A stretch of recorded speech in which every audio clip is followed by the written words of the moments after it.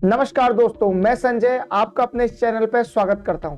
कुछ दिन पहले डोनाल्ड ट्रंप के द्वारा 104 भारतीयों को यूएसए से डिपोर्ट कर दिया गया था। ये न्यूज सोशल मीडिया पर काफी वायरल हुई और इसे कई मीडिया संस्थानों ने भी कवर किया। ऐसा नहीं है कि पहली बार इलीगली इमिग्रेटेड इंडियंस का यूएस से डिपार्चर हुआ है। डिपार्चर पहले भी हुए हैं। हालांकि अपोजिशन ने इस मुद्दे को संसद में काफी एग्रेसिवली उठाया था, पर जब एएनआई ने कांग्रेस के एमपी शशि थरूर से बात करी तो उन्होंने अपने इंटरव्यू में कहा, this is not the first deportation and won't be the last. तो अमेरिका से भारतीयों का डिपोर्टेशन कोई इतनी अनकॉमन घटना नहीं है, पर इस बार ऐसा क्या हुआ कि ये इतना न्यूज में कवर किया गया। देखिए, इस बार जो डिपोर्टेशन हुआ है उसका यूएस की तरफ से वीडियो रिलीज कर दिया गया। ये वीडियो सोशल मीडिया पर वायरल हो गया। यूएस के border chief petrol Michael W bank ने अपने ट्विटर अकाउंट से वीडियो पोस्ट किया। इसमें आप क्लियरली देख सकते हैं कि भारतीयों के हाथ में तो हैंडकफ हैं ही, पर उनकी बॉडी पर भी चेन्स बंधी हुई हैं। इस कारण से पूरे सोशल मीडिया पर भारतीय काफी क्रोधित हुए। इस पूरे इवेंट पर भारतीयों की राय बटी हुई दिखी। इस पूरे इवेंट पर सोशल मीडिया पर अलग अलग प्रतिक्रियाएं आई। इस मुद्दे पर भारतीयों की राय बटी हुई है। आप अपनी स्क्रीन में चलती हुई वीडियो में देख सकते हैं कि भारतीय चेन से बंधे हुए हैं और उनके पांव में भी शैकल्स है और हाथ में हैंडकफ्स है। कई लोग ये मानते हैं कि जो हुआ उसमें कुछ भी गलत नहीं है, क्योंकि इलीगली किसी भी देश में जाना गलत है। और ऐसा नहीं है कि ट्रंप ने ऐसा केवल इंडियंस के साथ किया। इससे पहले ट्रंप ने ब्राजील और कोलंबिया के इलीगली इमिग्रेटेड लोग भी इसी तरह वापस भेजे। इस इशू को मैंने अपनी ओल्ड वीडियो में भी कवर किया था, पर अब भारत का बहुत बड़ा वर्ग मानता है कि इंडियंस के साथ ऐसा व्यवहार नहीं किया जाना चाहिए था। इस पूरे इशू को अपोजिशन एमपीज ने पार्लियामेंट के भीतर भी उठाया और बाहर भी उन्होंने प्रोटेस्ट किया। अपोजिशन एमपीज ने सवाल किया कि इलीगली इमिग्रेंट्स को लेने के लिए भारत सरकार ने अपना प्लेन क्यों नहीं भेजा, क्यों सारे इलीगली इमिग्रेंट्स इंडियन यूएस के मिलिट्री प्लेन में आए। सरकार की तरफ से external affair minister doctor S Jaishankar ने इसका जवाब दिया। So the first issue which was raised by Mr. Surjewala, he said, do you know that 104 people? अब ये वीडियो काफी बड़ा है तो मैं ये जवाब आपको पढ़ के बता देता हूँ। उन्होंने अपने जवाब में कहा कि male deportees were handcuffed and chain while the women and children were restrained. The deportation by US are organized and executed by Immigration Custom Enforcement (ICE).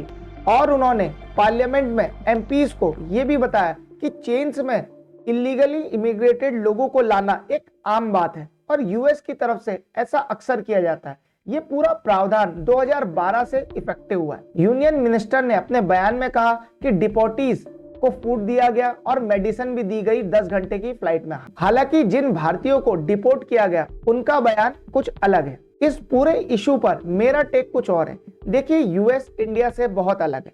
अगर आप थोड़ा बहुत यूएसए के कल्चर को जानते हैं या फिर आपने हॉलीवुड मूवीज या वेब सीरीज काफी देखी हैं, तो आपको ये बात पता होगी कि यूएस में लोगों के पास आर्म्स और एम्यूनिशन कंपैरेटिवली ज्यादा होते हैं। यूएस में एवरेज सिटीजन के पास 2 या 3 गन्स होना आम बात है। अमेरिकन कॉन्स्टिट्यूशन का सेकंड अमेंडमेंट हर अमेरिकन को वेपन रखने का राइट देता है। इसीलिए यूएस में पुलिस और पुलिसिंग रूल्स काफी स्ट्रिक्ट है। वहां कैदियों को चेन्स में रखना आम बात है। यूएसए में जब भी कोई इशू होता है तो डिस्चार्जिंग ऑफ फायर आर्म्स आम बात है। आपने मास स्कूल शूटिंग के केस यूएसए में कई बार सुने होंगे, जिसमें कोई व्यक्ति ऑटोमेटिक गन लेकर स्कूल में छोटे छोटे बच्चों को मार देता है। यूएस में कई स्टेट्स में लॉ है कि टीचर अपने हैंडबैग में वेपन्स रखें ताकि ऐसे इवेंट्स को प्रिवेंट किया जा सके। इन 104 इलीगली इमिग्रेंट्स में मैक्सिमम लोग हरियाणा, गुजरात और पंजाब में से हैं। इसमें 25 वुमेन और 13 माइनर्स भी थे।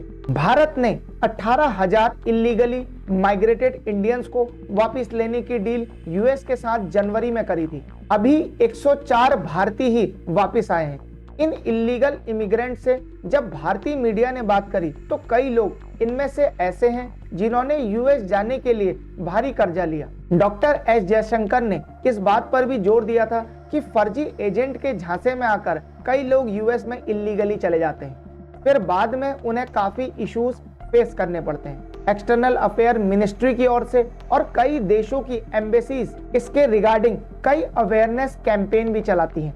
भारत ने डिप्लोमेटिक चैनल के थ्रू अपने कंसर्न्स रेस करे हैं। अब ये मुद्दा अभी न्यूज में क्यों है? हमारे फॉरेन सेक्रेटरी विक्रम मिस्री ने ये जानकारी मीडिया को दी। पीडब्ल्यू रिसर्च रिपोर्ट के अनुसार यूएस में 7 लाख से भी ज्यादा इलीगली इमिग्रेटेड इंडियंस हैं और ये यूएस में टोटल इलीगल इमिग्रेंट्स का 6.6% है। फ्यूचर में अगर इस इशू पर और भी डेवलपमेंट होंगे तो मैं आपके लिए इस पर नई वीडियो ले आऊंगा। और अब फाइनली एक एमसीक्यू। अभी आरबीआई की मॉनेटरी पॉलिसी आई है जिसमें आरबीआई ने रेट कट किया।